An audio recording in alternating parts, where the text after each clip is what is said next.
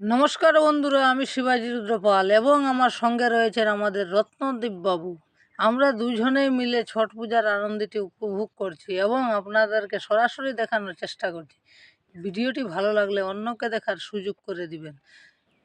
আপনারা দেখতেই পাচ্ছেন আমরা সেই ঘুঙ্গুর সংলগ্ন এবং ব্যাটানারির আশপাশ থেকে আপনাদেরকে দেখানোর চেষ্টা করছি। আপনারা দেখতে পাচ্ছেন অনেক ভক্তরা সূর্যদেবের আরাধনা করছেন। সেই ব্রত অনেক কঠিন এবং অনেক নিয়মাবলী রয়েছে এর মধ্যে। আপনারা দেখতেই পাচ্ছেন এখানে সব কিছুই ফল এবং প্রসাদ যেগুলি ঠাকুরের কাছে নিবেদন করা হয় সবগুলা কিন্তু আস্ত আস্ত থাকে। ফলমূল এবং কলার ছড়িগুলি আপনারা দেখতেই পাচ্ছেন, পুরা একটি কলার ছড়ি যেটা আনাম, এখানে একটিও এখান থেকে কেউ নিতে পারবে না। এরকমভাবে প্রসাদের আয়োজন সূর্যদেবের কাছে ভক্তরা নিবেদন করছে এবং অনেক কঠিন ব্রত।